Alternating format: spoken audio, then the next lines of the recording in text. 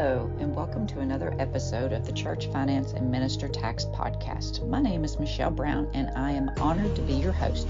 We all know why we're here, as the name says it all, so let's get started. All right, hey everybody, welcome to another episode of the podcast. I am going to begin this one with a disclaimer, okay? The information provided in the Church Finance and Minister Tax Podcast is for general informational purposes only and is not intended as legal advice. The content discussed is based on personal opinions, experiences, and research performed and should not be considered a substitute for professional legal advice.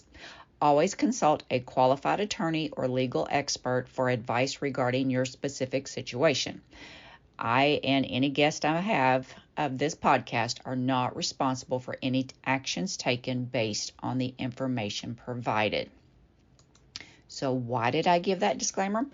Because we're going to talk about some new employment law, okay? We are going to talk today about the new guidance that was issued by the U.S. Equal Employment Opportunity Commission. And I had heard what I thought said that this went into effect on September 1st, but everything I'm finding saying that it went into effect immediately on the issue date, which was April 29th of this year. So regardless of which date it is actually correct, it is in effect now, and we need to pay attention to this, okay? So this is I'm going to be referring to the enforcement guidance on harassment in the workplace. And the reason that I'm doing this episode is because there are things in here that you need to be aware of, that you need to make sure that you're putting in your employee handbooks. Employee handbooks are not a requirement by law, but they are a very wise decision to be done. So the reason we're going to talk about this today is there were some big changes to the harassment section of the EEOC. I'll be honest, it just kind of blew me away when I had this conversation with someone, and I was like, I thought that churches were exempt from discrimination laws because of the freedom of religion. There's issues with that. So here's the deal. I'm going to tell you what I know. We're going to talk a little bit about the ministerial exception, and then I'm going to mention why this is important and why you need to get together with your policy and procedure teams, with your HR person, if you've got an HR person, if you need to consult with an attorney or your church's legal, team, that as well. But you need to be aware of what has changed and how it affects churches. So the first thing you need to know is that the EEOC, which is the Equal Employment Opportunity Commission for the United States. All right. This covers harassment, how you are to treat employees on the job and things like that. So this falls under the FLSA also, which is the Fair Labor Standards Act, okay, which also does employees, so does the EEOC. Well, what they have done is they have further clarified, as I'm sure you've heard in the past, and I have as well, that you shall not discriminate based upon race, color, religion, sex, national origin, age, disability, things like that, okay? We're all familiar with that. That's been around, for as long as I can remember. I'm like, yeah, blah, blah, blah, blah, blah, okay? Well, they decided that they needed to further define the word sex. Yes, okay? So they have included in the policy 3 subcategories under sex, and one of them is sexual orientation and gender identity. So sex-based discrimination under Title VII includes employment discrimination based on sexual orientation or gender identity. This also includes, accordingly, how that identity is expressed, how the physical assets, the physical looks, how you refer to them, even down to denial of access to a bathroom or other sex-segregated facility consistent with the individual's gender identity. So what does this mean? They have actually now put into law that you cannot discriminate against someone for being transgender or for changing their gender identity for their sexual orientation. Okay, so I'm going to be honest this because I'm transparent here. When I was in a class and we discussed this, I'm like, but I thought that, churches didn't have to abide by that, because obviously if you're going to hire people on your church staff, you want them to abide by the biblical teaching of genders, which is God created male and female. That's it. He doesn't give any other options. Okay. Well, here's the deal. The only portion of the church that is exempt from this law are those who meet the ministerial exception. So the ministerial exception is for those that meet this, and it's different from being just a straight up minister.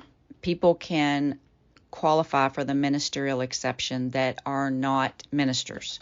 So it's a whole big thing. But those who meet this exception are exempt from FLSA laws, that are exempt from Title VII, which is what this is, laws, and other things. So there are generally, obviously, ministers are going to meet this qualification. Okay. You can also have teachers at a religious school can be considered ministers under the exception. And there's the whole different conversation, all types of different qualifications where someone can meet the ministerial exception. And what does that mean is that if a church meets that exception, then they do not have to abide by FLSA regulations, and they do not have to abide by these EEOC regulations, which means, and I just flat out asked this when I was in the class, I said, all right, so if Pastor John comes into church tomorrow and decides that he wants to be Pastor Jane, and Pastor Jane has found him a lovely man named Bob that he wants to marry, is that okay? No, it is not okay. All right. Because the minister meets the ministerial exception, the individual can be fired for this, and they cannot sue the church for discrimination. Now, if the janitor comes in and does the same exact situation, he's a he decides she wants to be a she, wants to be called a she, wants to be in a relationship with a man, the church cannot fire them for that reason, because they are protected by this EEOC rule. So it is considered harassment not only if you quote unquote discriminate due to gender identity, but they have also got in here, and I'm actually looking at the guidance that was given here, and I'm going to put a link to this in the show notes, that if someone chooses who was born a man and decides that they want to be a she, and you as the employer do not refer to them as she, you can be sued for discrimination now. You can be sued for harassment based upon gender identity. It's actually example 15 under C, section C of this, and it amazes me. It amazes me, all right? So you need to be aware that churches are not exempt from this new harassment law that they have brought in, that they have added. That what you need to keep in mind is ministers and those who meet the minister exemption are exempt. All other church employees are not. So you need to have a discussion. You need to look at your church bylaws. You need to look at your church employee handbooks. You need to have a discussion with attorneys of how you need to properly address this in your church's legal documents to protect your church. Because, I mean, people are who they are, and I get this, but God has standards, okay? And I don't know who listens to this. I don't know what your beliefs are. I just know what the Bible says. God created them male and female, and our world is an absolute mess right now, and people are so confused, and they're looking for their identity in everything except for Christ himself. And he's the only one who gets to choose our identity. He's the only one who gives us the purpose and tells us that this is who we are. He did not make a mistake when he created us. If he created us and we were born male, then you are a male, regardless of how you feel, regardless of, it is what it is. And if I'm stepping on toes or hurting your feelings, I'm sorry, but it is my podcast. I'm just saying it the way I believe it and the way that I believe the Bible is teaching it. But churches need to be aware of this, that it is now against the law to discriminate on the basis of sexual orientation and gender identity. And that does include denying access to bathrooms or other sex-segregated facility consistent with the individual's gender identity, which means if you've got a dude wearing a dress, you can no longer prevent him from going into the girls' bathroom. Okay? It blows my mind. Absolutely blows my mind. So the point of this is to make you aware that these are changes that occurred just a couple of months ago, and it is now law, and you need to address it in your handbooks. You need to address it in your bylaws, and you need to, talk to someone, an attorney, to give you accurate legal advice as to how to properly handle this.